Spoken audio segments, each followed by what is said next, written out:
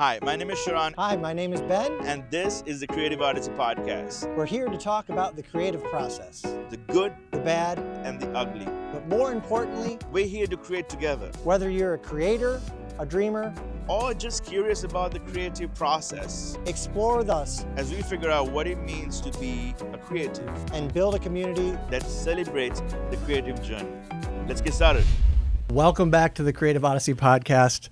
We are so grateful for this opportunity today. We are with Charles and Kyra. And Charles, the founder of Breakthrough Sounds. Yes, sir. Thank you so much for letting us use this place, and Absolutely. thank you for being with us on our podcast today. Yeah, We're thank super you guys, grateful. man. Thank you for Thank this you very opportunity. much.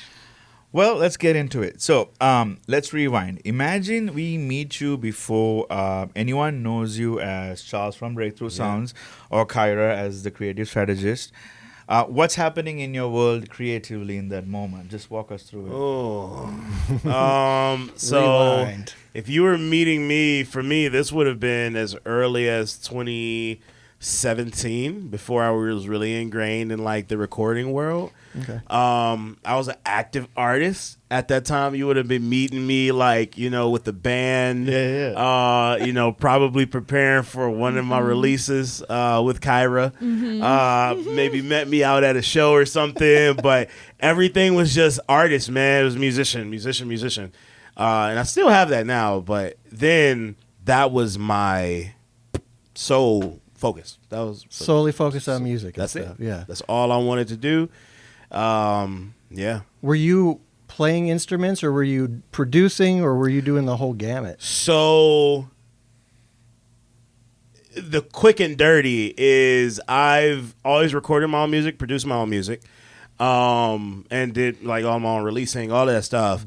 2017, I just started a band because I had a show as a rapper that I bombed at. Nice. And after that night, I remember being in the car being so disappointed. But then I just had like this fire under me, like, that's never happening again. Yes. So I remember that. literally, so I put together a band, and like it was To Be Fresco and The Living Sound, and we were starting to roll, man. We had done a lot of, mind you, we were just performing my music. We didn't like do any studio work as a collective, because the band was like my touring band, like my backing band. Nice. So we had eventually ended up doing a lot of stuff, opening for some big artists, a bunch of like venues out of state, in state, so a lot of stuff. Very cool. What about even further back? Like, when did you realize? gosh. Like, I don't want to, like, we don't have to go through your entire life, but like, there's like a moment I feel like we all have where it's like, this is where I'm going. You know what? I will tell you one story. I was in third grade, maybe. So I was just about 10 almost. And 10 years old. And they started these lunchtime talent shows. And like kids would get up and sing or dance or whatever. And I'm like, man, I want to go do something. But I didn't rap, I didn't sing, I didn't do anything. And mind you, I'm like this short, chubby kid with glasses, bro. Like I'm like not the cool guy whatsoever. It's always a chubby kid, man. I was the same know, way, man. I'm telling you, Everybody bro. But long story short, I remember telling my friends, I think I want to rap. I think I want to do. So they're like, you should do it. I'm like, well, I don't got nothing today. I'm going to do it the next time you do it. And I went home. My favorite rapper was Lil Bow Wow. That was my favorite rapper at the time. And he had this song on his Doggy, what was it called? Like Doggy Bag album or something, whatever. That was like his first one, right? That was his second album. Okay. My mom had just bought it for me the Christmas before, bro. Like, and I the song was number 7. It was called Thank You. And I remember learning the first verse through and through. And the next day, I went to school. They was doing the talent show. I said I wanted to do it. My friend's like, if you get nervous, just look at the clock. That's what I do. I just look at the clock. So I got up there, bro. I started rapping. Mind you, this is a lunchroom full of every grade. Wow. So you got not kindergartens, I don't think was in there, but like first grade to 5th grade. Yeah. Like it was crazy. A lot of kids, because we only had one lunch period. So I rapped. It felt like the whole room was so quiet. I just stared at this clock. Afterward, I was so nervous in my head because I'm like, if I suck, they're gonna like they're gonna ream me, bro. This is over. The entire place like erupted and cheered for me. Ooh. At that That's moment, gotta feel so good. oh cute. my gosh. At that moment, I'm like, yo, I think I like doing this. Yeah. So that was like that was a big point for me. That is beautiful. that. I love that. Such What a about funny you, story. Kara? Yeah, I think as you were saying this, I was trying to think like what was my earliest memory, and I think I'm more of a visual artist than Charles is like a music artist. And for me, I remember being in elementary school, and art class was always just such a big deal for me. I loved school, mind you. I was always a very like studious student. I was never upset with going to class and learning, but I specifically remember like anytime I made something in art class and then taking it home as a kid in like the 2nd and 3rd grade, I would just want my parents to put it on the refrigerator. And like, you know, it was something about making something with my hands and having a product from it, and like it was not something we could throw away. Like it was, and my mom pretty much, she still has some of those things from, you know, the 2nd and 3rd grade. But I think that was a first spark for me. And then I guess I'll follow your timeline around like the 2017 time frame. I was in college for graphic design. I was going to Tri-C at that time. And I think right around then was when our paths started to converge, right around like the 2015, 2016 timeline. And I really hadn't been working professionally at all at that point. So I really was just doing schoolwork. And so once Charles came along, he gave me an opportunity to do some work that was not like just schoolwork. I was like, oh, I could. Yeah, he was the guinea pig. Unfortunately, in some ways, for a lot of the things that I did in the beginning. So the first time I picked up a DSLR camera was for one of his shows, and that's where I learned how to like. Okay, so let me just interrupt. Yeah. How y'all meet? Like I never asked. Oh, how do we meet? Okay, gosh. do you want to tell the story? Or you want me to? I'll tell the story. Tell it right. I am. So we actually were working at Target at the time, and we had been working with each other for a while. Yeah, actually, for a few months at least. Never really like we crossed paths, but we wasn't like didn't really. And I was like, friends with Derek first, literally, because he was a photographer and graphic designer. A guy from here named Derek Jerome, and one day I just remember asking Derek, I'm like, who is that? It always does with that. Yeah, it does. Yeah. And from there, we kindled a friendship. Yeah.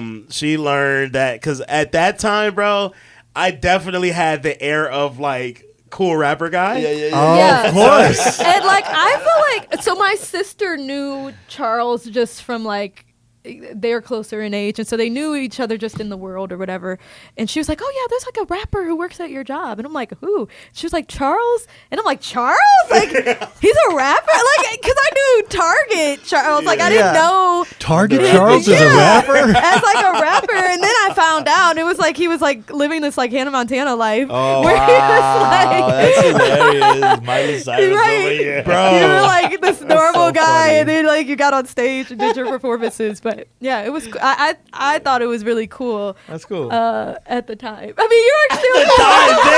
Dang. Now she knows me way too well. Now It's it's been like, 10 wow. years. And it's like, hey, you're Right. just that guy.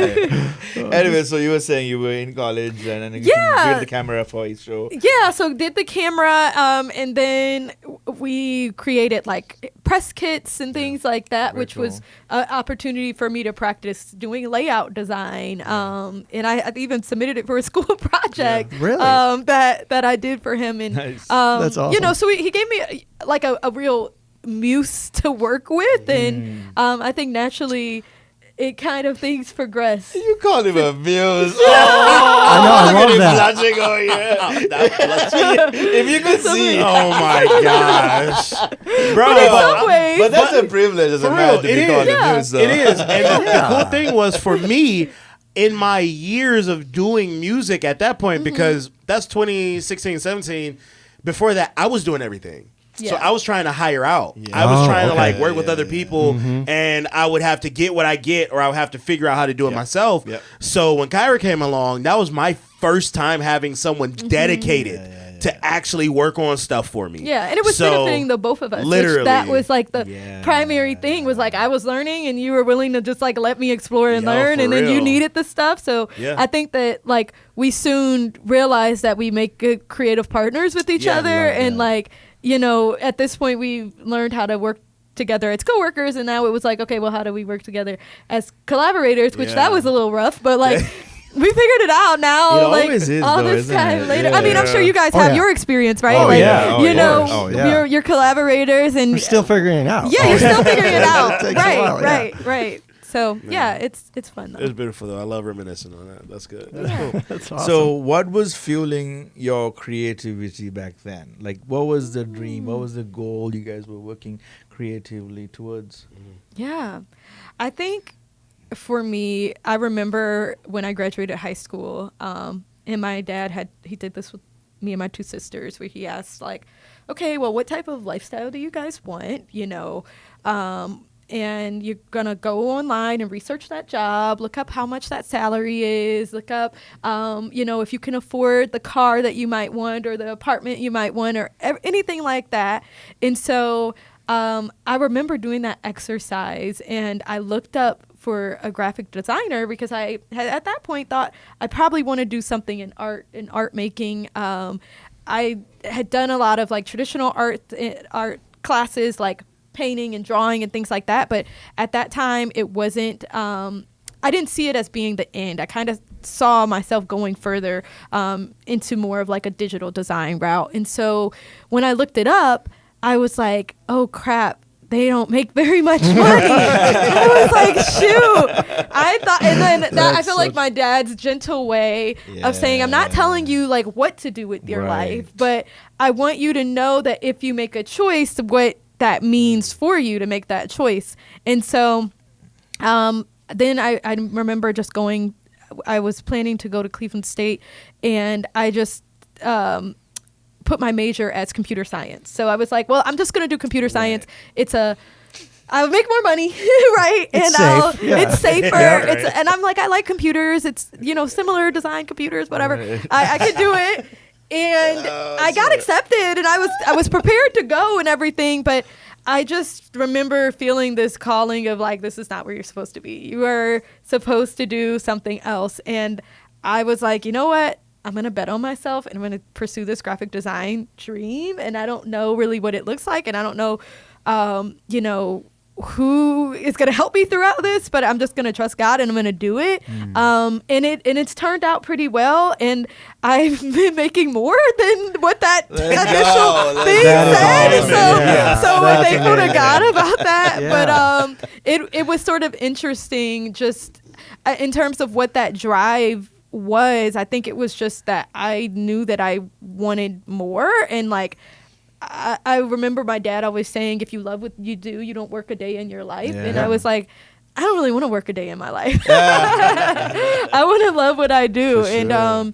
And I know if I'm going to have to do it for 40 years or so, you know, I need to love it. And so the money will come, but I think for me that was a big drive. Yeah. Was that a big, when you made that decision to leave the computer science way and go towards your art, what did that feel like? Were you like, I'm doubting myself, or like talk us through that experience, what that feels you know, like? I don't even know that I ever really felt a lot of doubt. I just felt You like just I was trusted? like, I think I just trusted that it was going to That's work awesome. out, Yeah. you know? And I think that it's interesting because I don't have a lot of people in the creative arts. Like in my family, my uncle is a chef.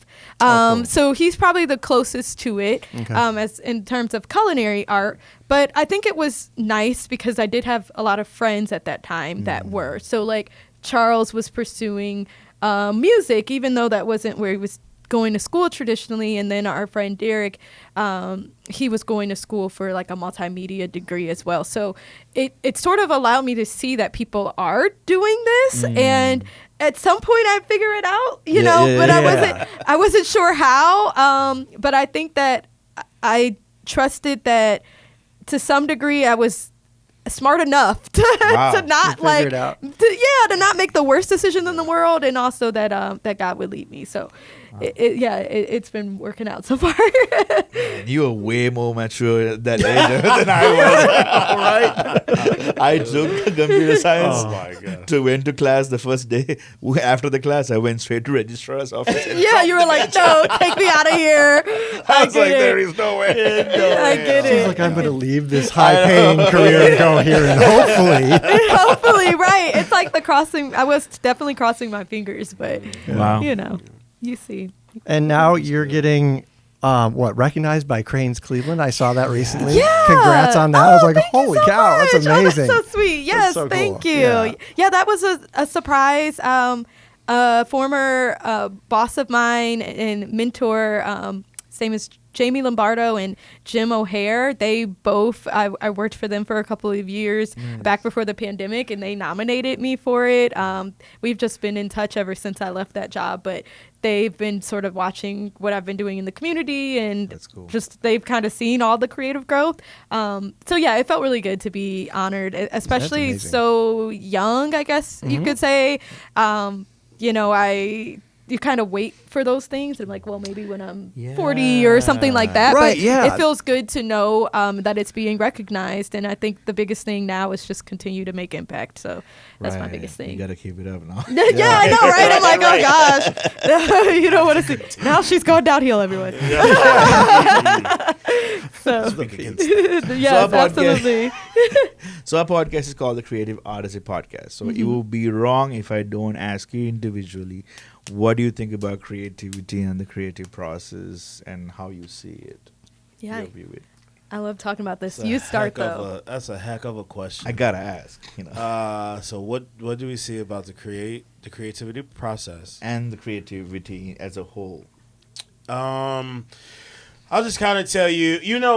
It's funny because before working at Breakthrough,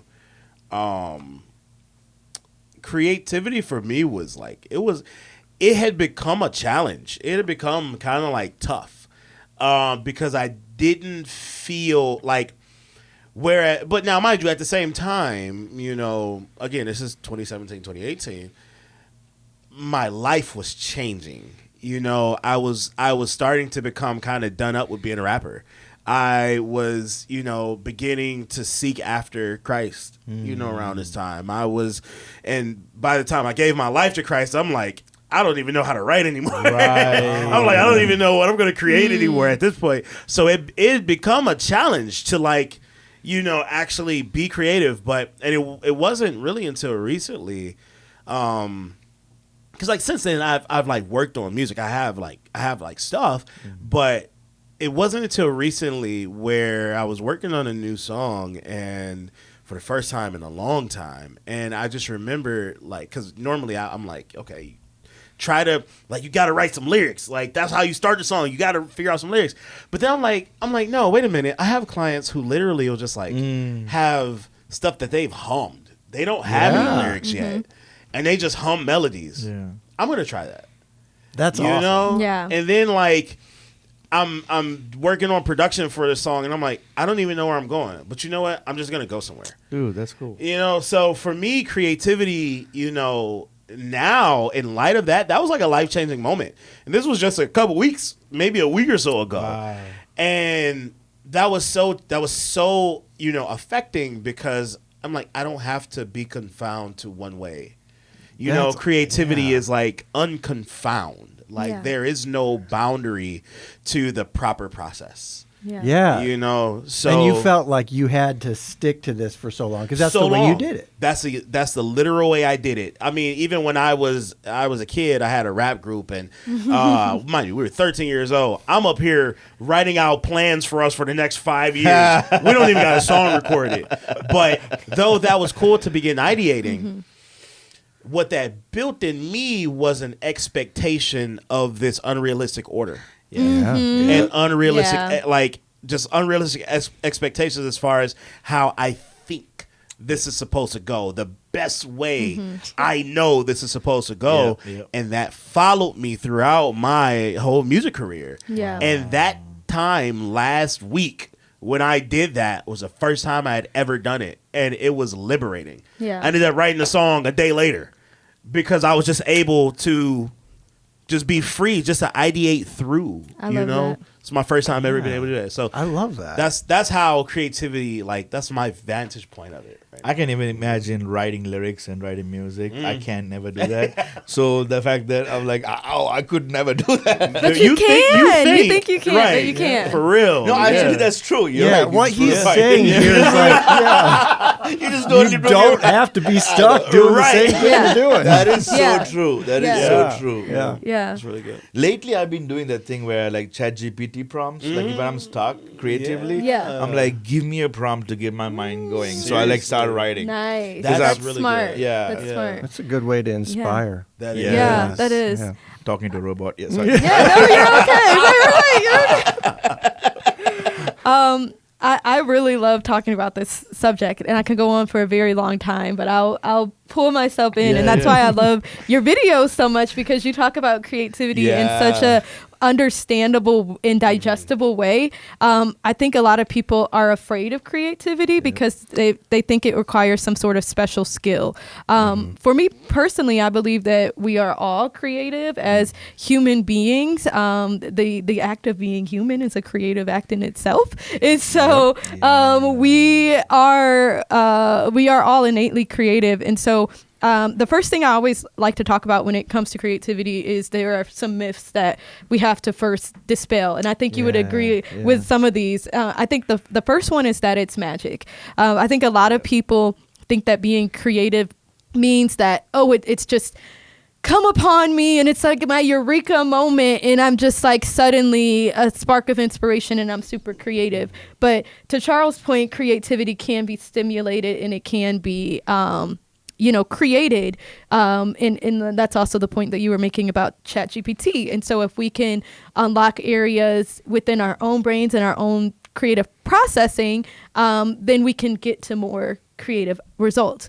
So that's number one. And then I think number two is that creativity is a completely original. Like you have to, in order to be creative, you have to be completely original. You have to make something new that no one's ever seen before. But so much of creative works are the result of remixing, combinations, and new ways of approaching the same idea. So I think that's important to remember, that creativity isn't reinventing the wheel, but it's maybe just looking at the wheel from a different angle.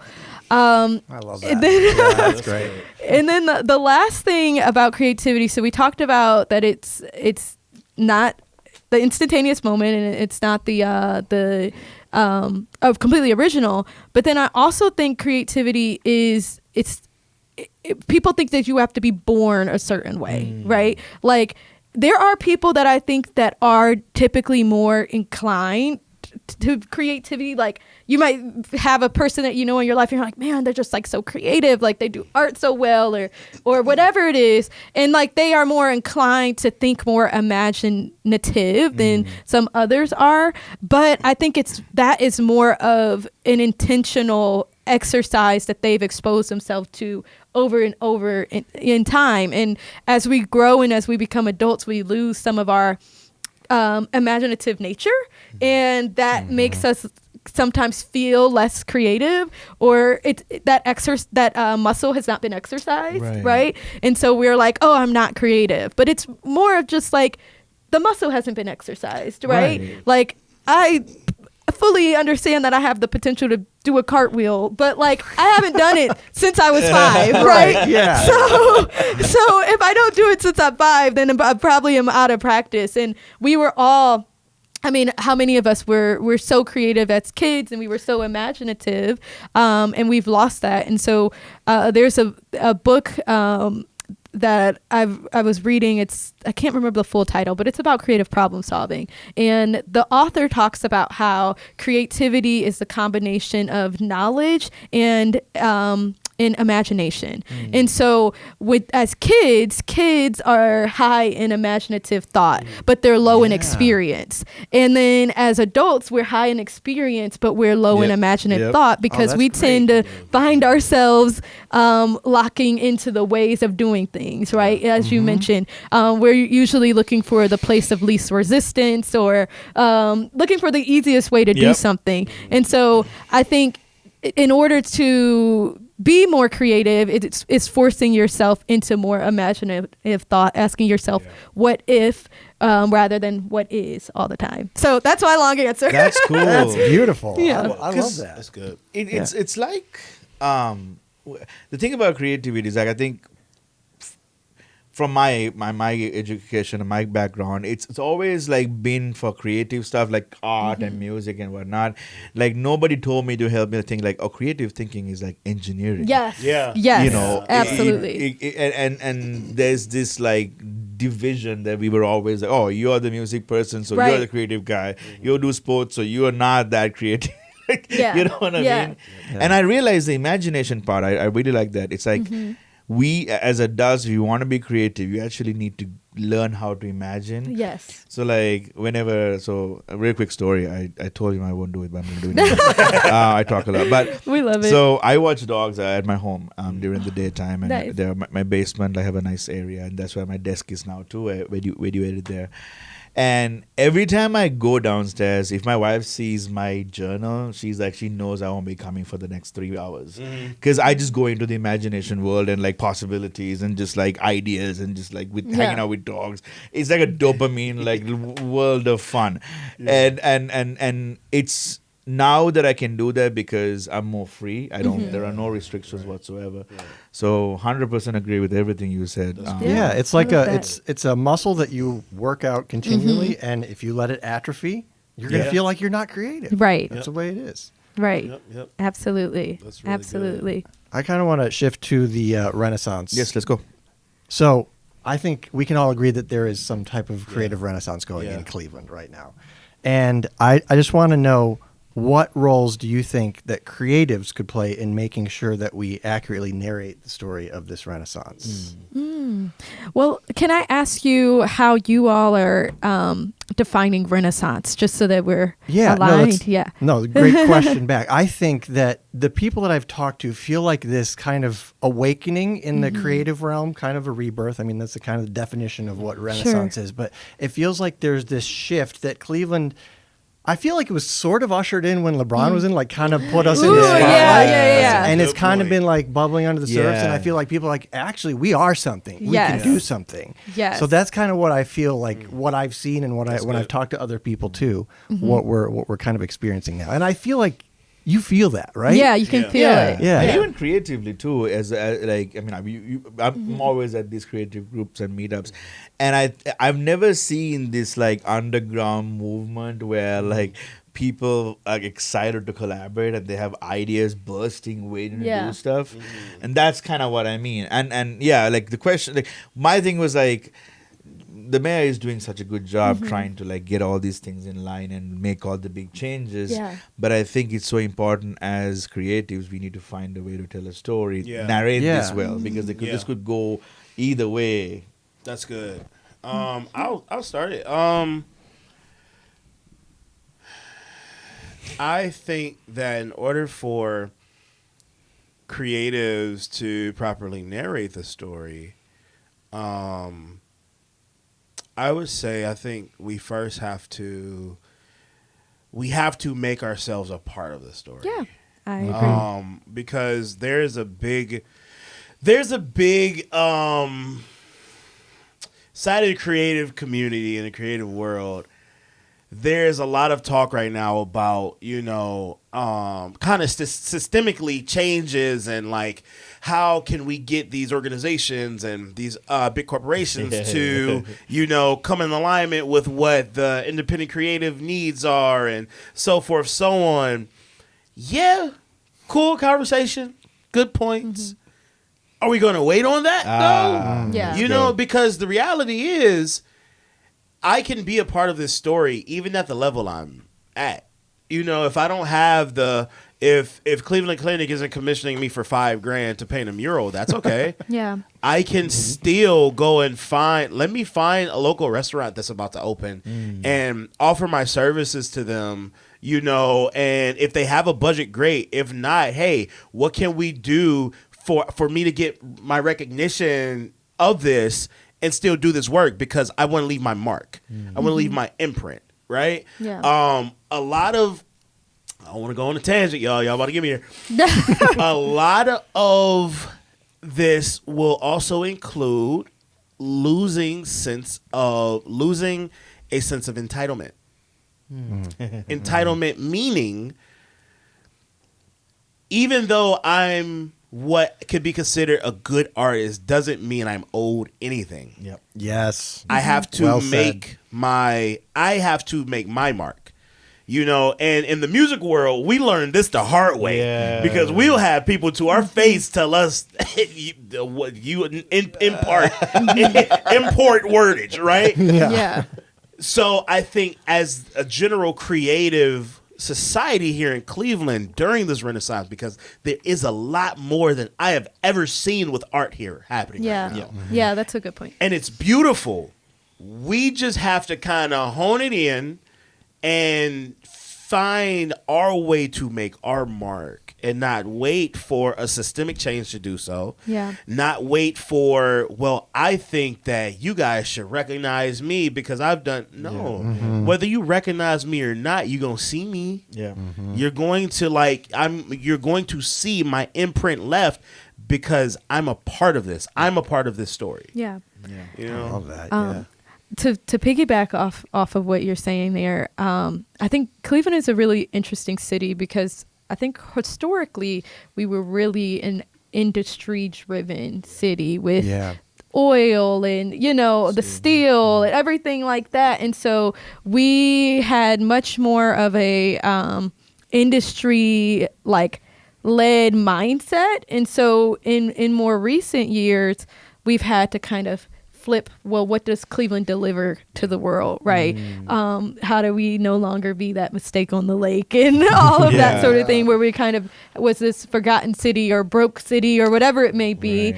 And so I think that there are smart people that are realizing that we really do have an advantage by having the art museum here, which is the second best art museum in the world, and the orchestra and the rock hall. And so making a lot of investment in that is super positive. So when it comes to what creatives can do, I think part of it is understanding how to add value to the business community that is here. So I think that a lot of times creatives don't quite know how to articulate what is the value of creativity, and why it actually makes societies and people better, and how does it improve overall well-being. And so the more that we can communicate that story to people about what we do, that's what gets the dollars, more than just that it's beautiful or it's great to listen to, but that it actually has a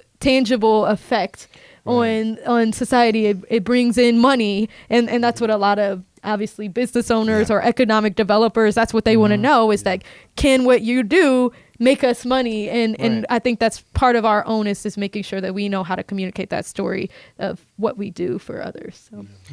It's not just looking nice, but there's a deeper meaning. Right. And I love what you said too, about one thing that I understand about this creative world and what's happening in the creative world is it's all about grants and money and funding. I hear that everywhere. But I don't see people collaborating. Like our podcast is a great example of what that looks like, right? Like I always wanted to start a podcast, but I was waiting for the right person, because I knew doing it by myself was too much. So when we got together, we're like, okay, you have cameras, I have cameras, you got a drone, I got mics, whatever. And now we are doing something. And the point is to bring out creativity and get more people to do the same.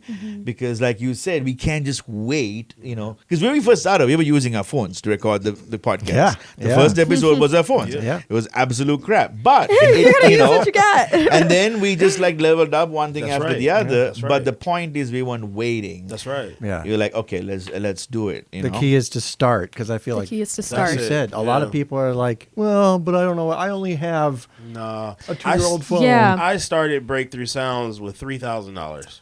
Let's go. Wow. That's all I had. That was every amount of money I had in my pocket. You started. I started. You brought them to That's awesome. silence, man.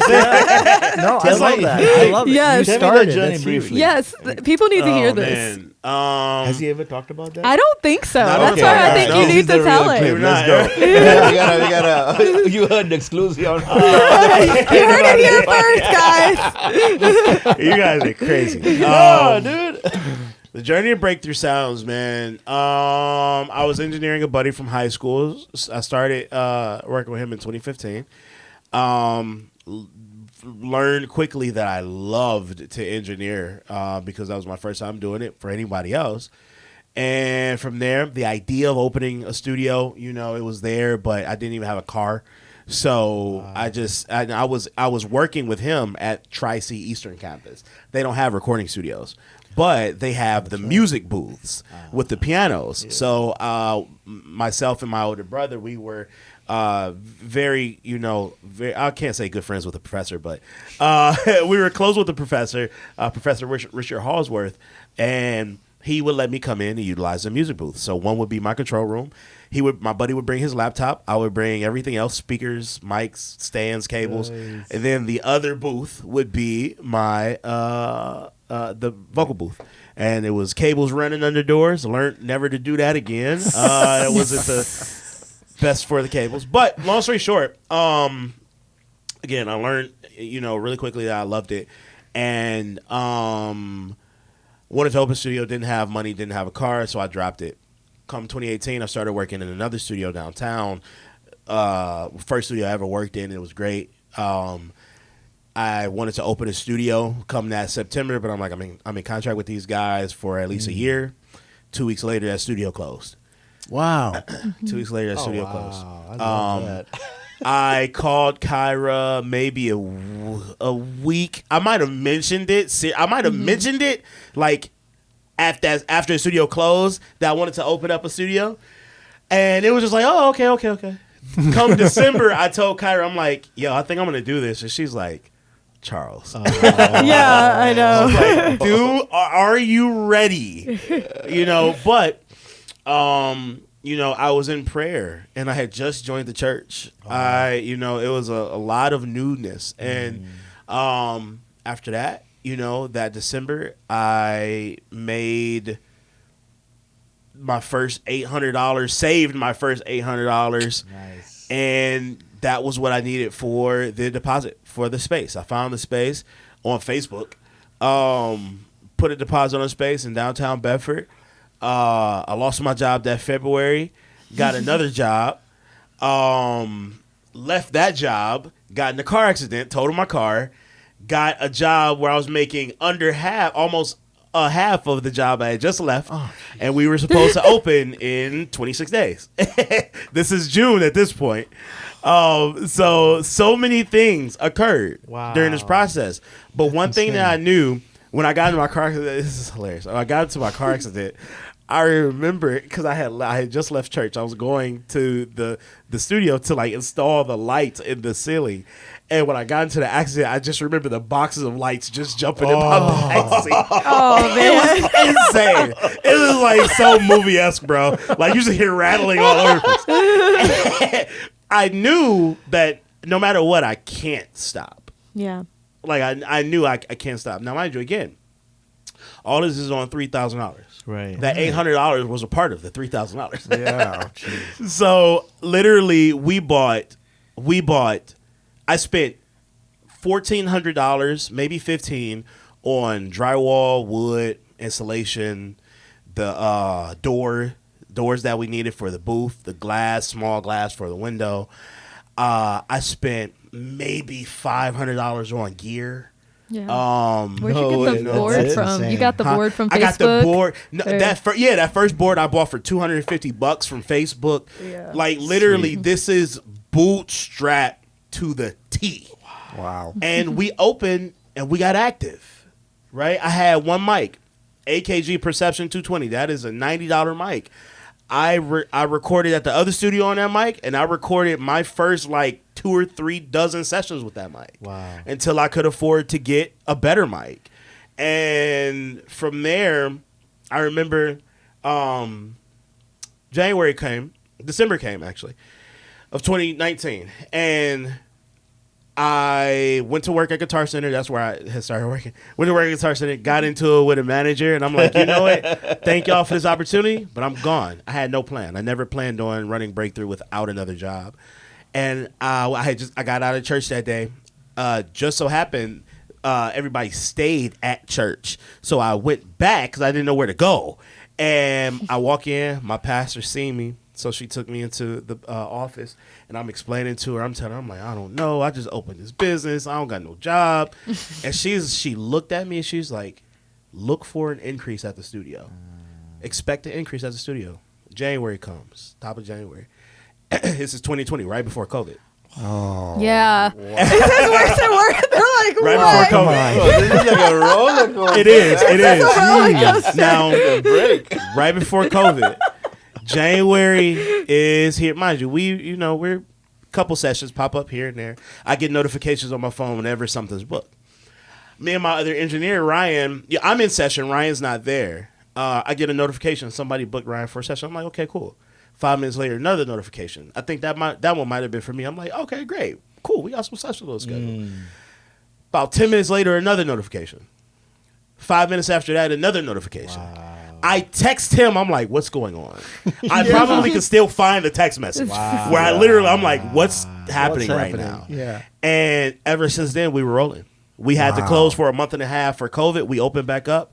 No. We haven't slowed down since. Wow, dude. Yeah. And it's all by the grace of God. Amen. $3,000 and prayer. I'll say, jeez. That's for that increase. That's Seriously. amazing. It was powerful. I looked at my pastor. I'm like, what? Right. Like, do you know what like is like? Right. Do you know this industry? Like, Yeah. what do you mean look for an increase? Yeah. I'm like, people know me as an artist. They don't know me as an engineer. True. But that was more of a help than a hurt.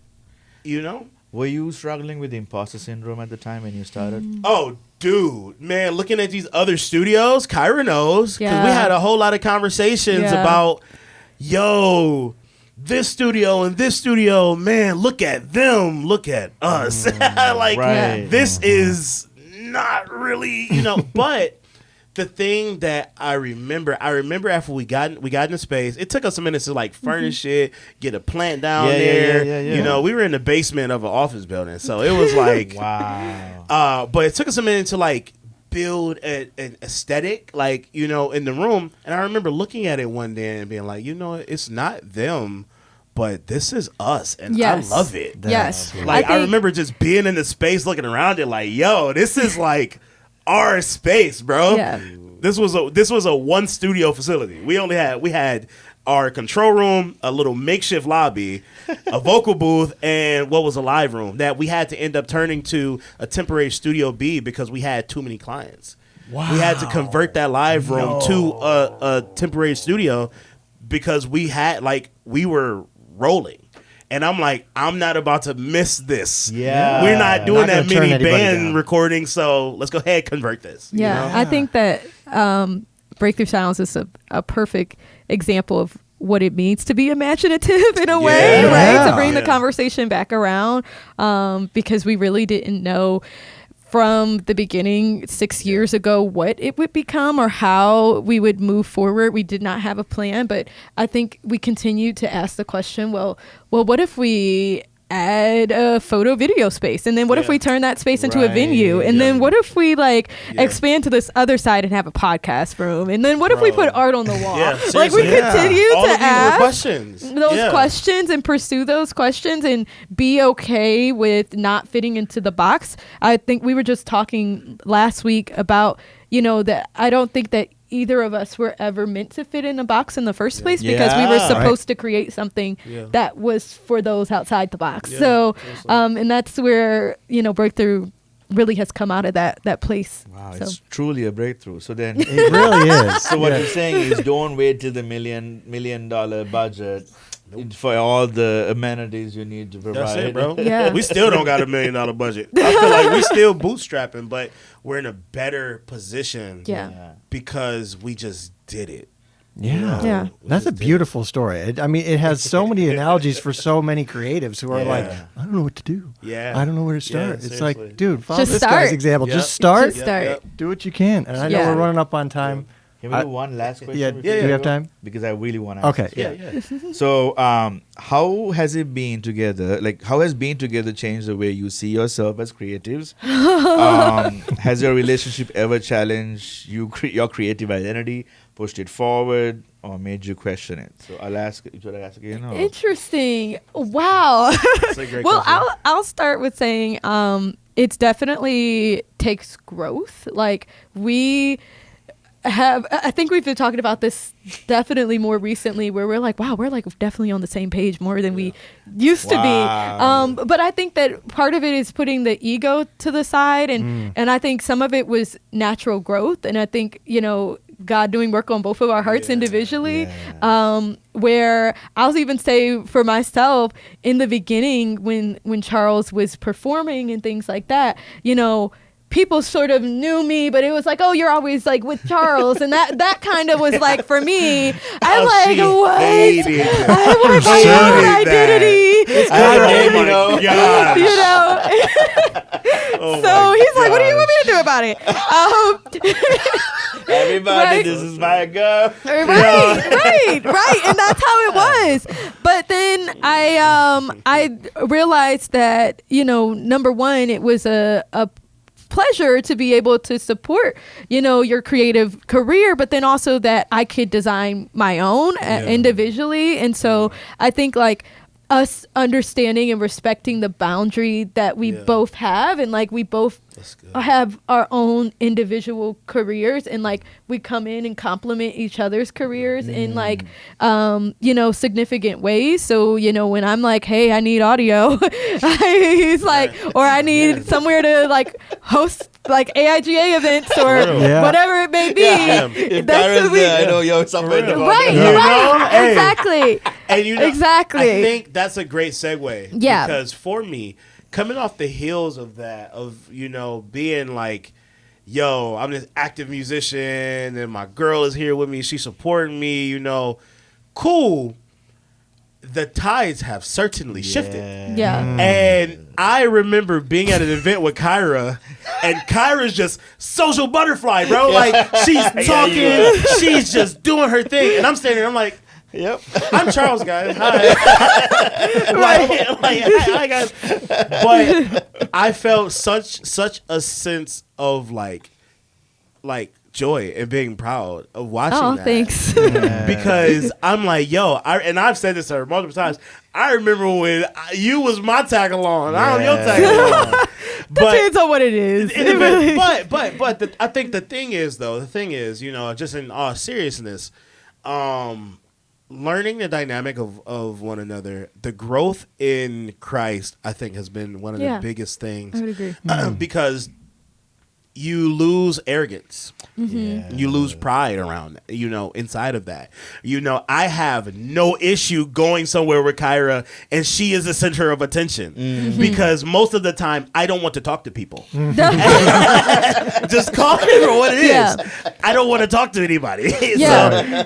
And I'll just say also, and this is where I think you guys can probably relate as well, is when you work so closely with someone, you can understand where they may struggle, and like you get to kind of see that place and support them in that place, and you can receive that support as well. And then you can also have truth with that person, like those honest conversations that you have to have. And I think everybody needs a creative partner like that, where you can say like, hey, you can improve this. Charles, sometimes I'm like, oh my gosh, you don't have to be like criticizing me or whatever. But there's a lot of times where I'm like, that makes me a better creative. Like And that I'm gonna you do are it anyway. yes, right, exactly.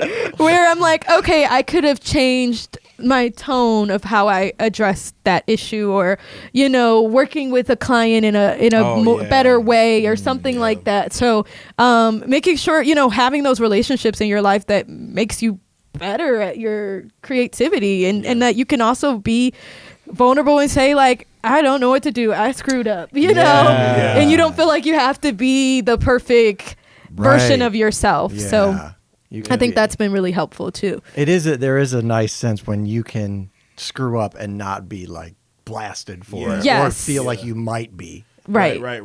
That's very important, because this is creativity as a career is stressful. Yeah. Because like when you're just doing it, I mean, I think it's stressful even when you're just doing it at your leisure too. Depending upon, I'm not gonna say that. I'm gonna say that it depends on what's happening up here in your mind. Because for me, it got to a point where it was stressful because of everything else that was going on here.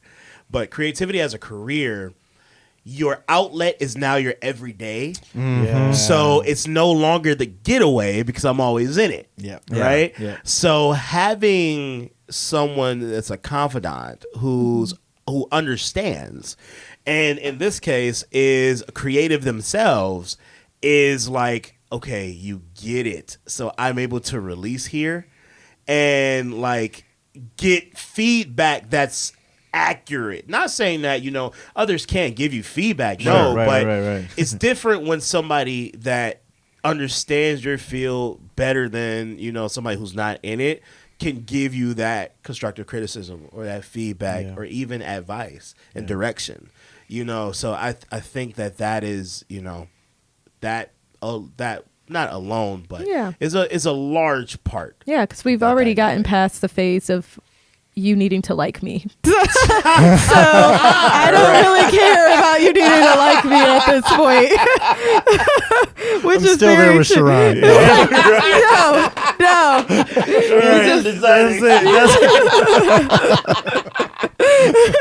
That's so funny, man. One last thing. So our audience is mainly creative people, mainly people who want to be creative, and also people who are closeted creatives who don't think of themselves as creative. So That's good.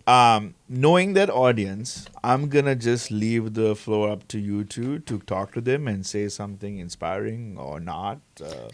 Anything related to creativity. You can look at the camera. Oh, look at the camera. Yeah, Okay. Well, the first thing I'll say is that creativity is a journey, and to go on that journey and explore.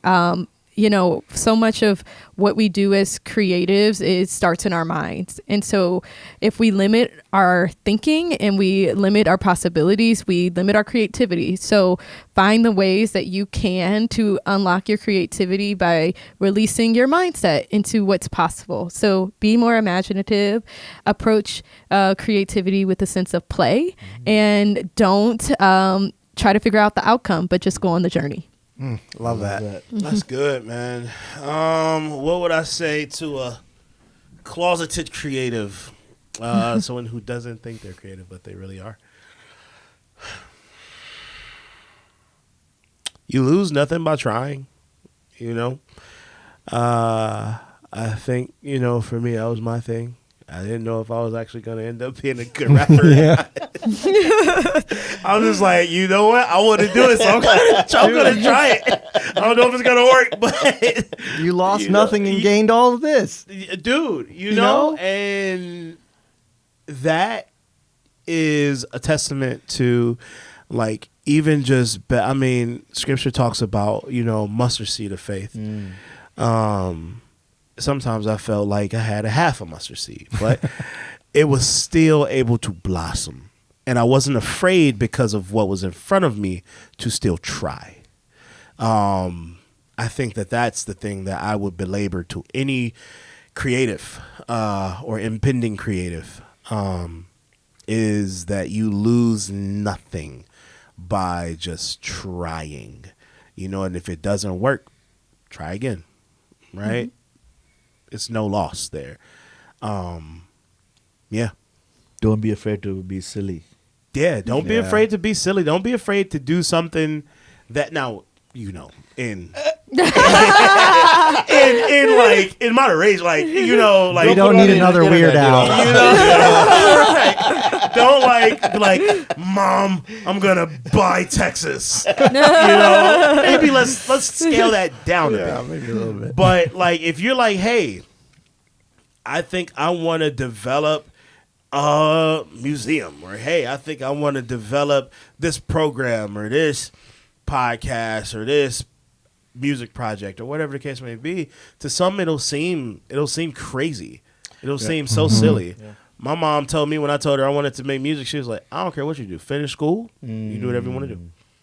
Everybody doesn't necessarily have that. Yeah. But I was prepared, especially as I got older, to encounter somebody say, listen, you need to get a job. Right. You need to do something that's whatever. I was prepared to hear that because I was still going to move toward my passion. Right. Yeah. So don't be afraid to try. Great. That's great. Well, guys, thank you so much. Thank you. You guys are awesome. This was such a good time. This was so fun. Well, thank you. That's all for the Creative Odyssey Podcast. Till the next time, keep creating, keep dreaming, and keep exploring your own creative odyssey. Thank you all. That's right. Thanks, guys. Thank you.